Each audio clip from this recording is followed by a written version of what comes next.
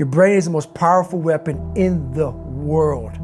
Once you put away your phones and your computers and all that we have nowadays, yeah, it's great. We're up to date. But your brain is the only thing you have when you're going through depression, when you're going through hard times, when you're going through death, real life. You can't Google that, man. You're alone.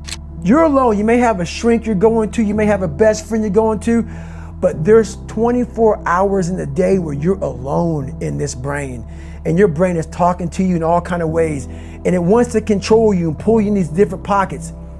If you can't control your own brain and your brain controls you, you got to tell your brain where you want to go and how you want to go and how you want to get there. You got to control it. If not, it's over.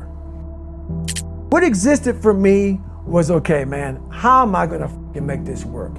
And all I knew back then was hard work. The only way anything gets accomplished. That's all I heard back in those days.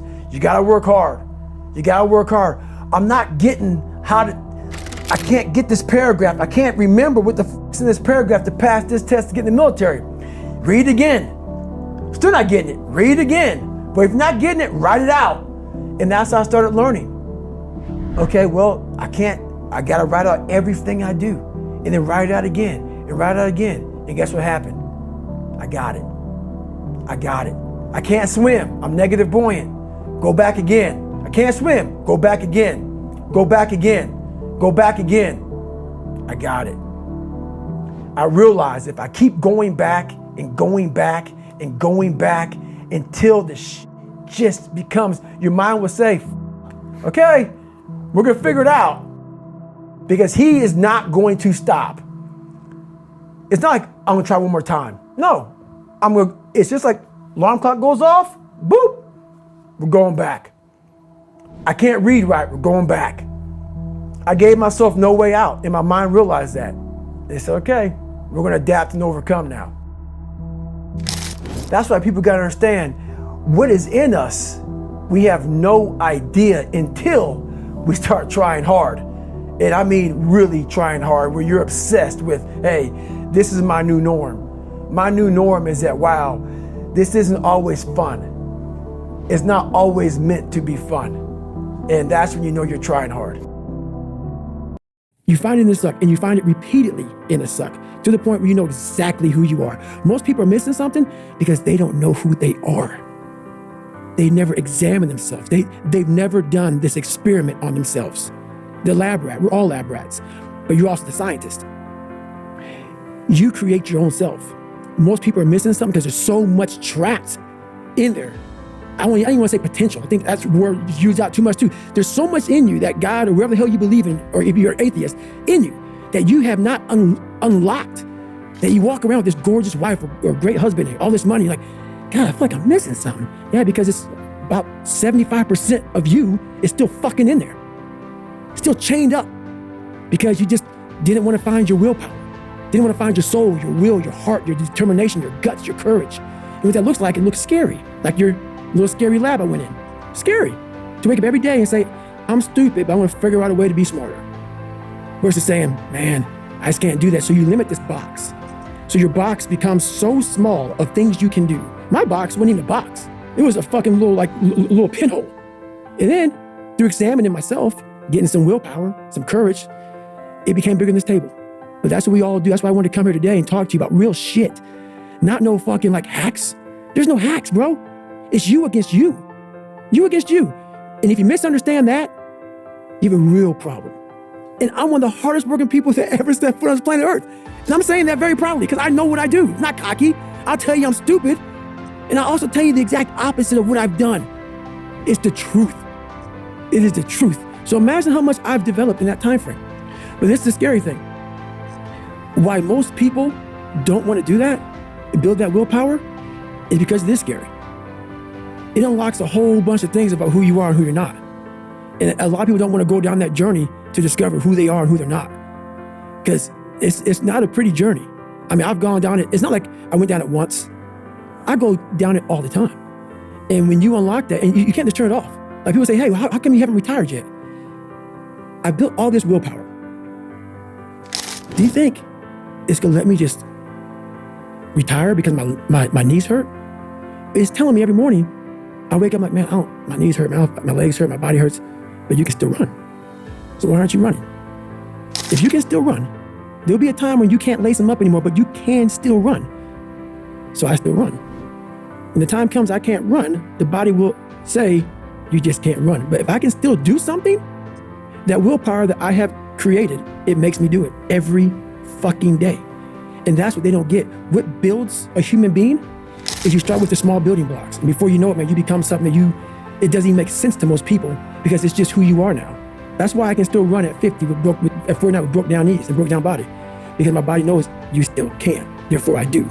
Second you stop, the willpower is gone.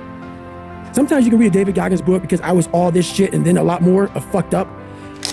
But if you don't have a little flame, just barely, you're done. I can't light it for you. And that's the harsh reality of this life that I want to get across so fucking bad. You can watch me, you can watch you, you can watch fucking Rogan and Cameron Haynes, all these motherfuckers. You can go to Tony Robinson's fucking bullshit, all this shit. You do all this shit. If you could keep going back and keep spending money and spending money and spending money with no results, you can wonder, wow, maybe let me go try out David Goggins. He ain't gonna fucking help you. You have to explore, examine the insides of yourself. And what do you really want out of life? Your friend, and a lot of people out here just don't fucking want it. So guess what? Have fun with your life. Go from 3 to 350 to 400 to 450 to 500 because you don't want it. And that's the harsh reality. I can't give you shit. For you to constantly win. When this voice over here, the real you, is saying, get the fuck out of here. Go. You're nobody. You've always been nobody. And it's true. People don't hear that. That's a true voice. That's the real reality of David Goggins at 24 years old. It's not a false reality. And then you had to create another voice over here that is saying you're better than that other voice. And you're in the freezing cold water that both voices don't want to fucking be in. But you win. And it goes from the water to the studying, to the running, to the losing weight, to how you eat, to how you function as a man. Every day of your life, you're winning these battles. And then I have normal people who only have one voice. Never created the second voice. The winning voice is the second voice. They have one voice. And that's just, I'm a piece of shit. That's all they hear. And then they judge people like me who are out here trying to be better. It's something that I can never really, it's a frustrating thing for me. Because I know the majority of people. I know what goes on in the brain because I studied the mind almost more than you. Because I'm a practitioner. So for you to be a piece of shit and come out of that, you don't just come out of it. You spend decades studying your mind and the human mind on how it functions in good environments, bad environments, stressful environments, patient environments. You studied all because you had to put all this together to create the mind to become successful. So I had to, God blessed me with this brain. I had to create a mind. And so in doing so, I figured out every piece of shit human being in the world because that's what I was going off of for myself. Which is why the dialogue is now, which you see a lot of action, because most people have inaction because there's one person talking. And that one person is always leading you down the same path, the path that makes you feel very comfortable and happy with yourself. The second you create the other voice, there's conflict. There's battles, there's wars, there's defeat. One thing I learned, and I taught myself this, and people go, I don't understand what you're saying. I'm gonna try to break it down real quick. I didn't teach myself victory first. I taught myself failure. I taught myself how to fail. And people are like, that's so depressing. Is it? When you're 300 pounds and you can't read and write and you're fucked up, you know how many times you're gonna fucking fail on that process? So if you don't know how to fail, there is no victory. I never talked about winning because I knew the path to winning was gonna be years of failing first. So I taught myself how to fail properly. No one teaches you how to fucking fail. But if you're going out for insurmountable fucking odds that make absolutely no fucking sense, a black kid that can't swim, 300 pounds will be a Navy SEAL. Okay, you better teach yourself how to fail first. Because if you sit in failure for too long, you will never come out of it. So the first part of my success was learning how to fail properly. And then eventually, I started getting a few victories. But that's what people don't get. When you have buried yourself in such a deep fucking hole, you better first talk about the failures you're gonna have first. And that's when that other voice comes up. It tells you we gotta do something. It also tells you, boy, I'm not gonna lie to you, Goggins. You're in for a fucking climb, bro. You're gonna get your ass handed to you, made fun of, the outside noise, the inside noise.